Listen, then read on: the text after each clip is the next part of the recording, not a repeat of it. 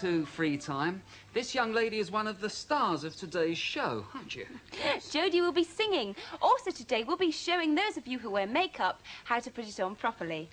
We'll also be making an electronic quiz box, previewing a major film called War Games.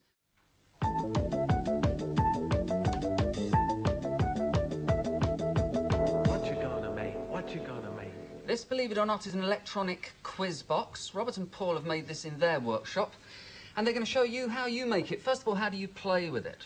Well, first of all, you put one probe on the question you want. Yeah. Which is, what is a piranha? What is a piranha? And then the answer you think is right, a man-eating fish. And it was right. Yep. Brilliant. All right. That's how you play it.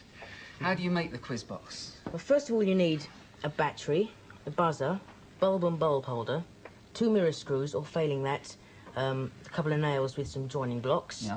A shoebox, paper clips, some tools to use, and 2 meters of wire, which you pull apart separately like this. Right, Paul. And then incorporate into a circuit like this, where it starts off with the question nail, goes on to the first terminal of the bulb, then to the second terminal of the bulb, onto the battery, and then back to this one again. Right, the circuit always has the battery and the light bulb in Yes. it. Yeah. And then you connect it like this.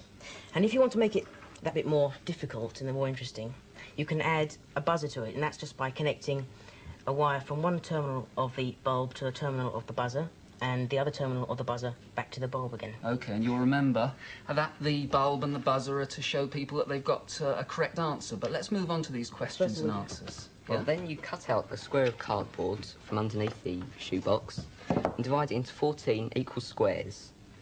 And on those squares, you write the question and the answer.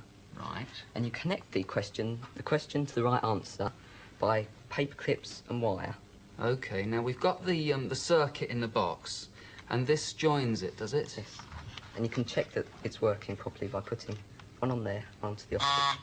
It will ring. Great, all right. And theoretically, that's a correct answer. Yes. But obviously, that's a bit simple. If you obviously don't put the questions and the answers opposite one another, and presumably you want to change them round quite often. Well, then you can put it onto a different, separate box. OK, as long as the correct right answer is on the correct question. As long as they're wired in, so that you always get a light when you get a correct answer, that's it, isn't it? All right.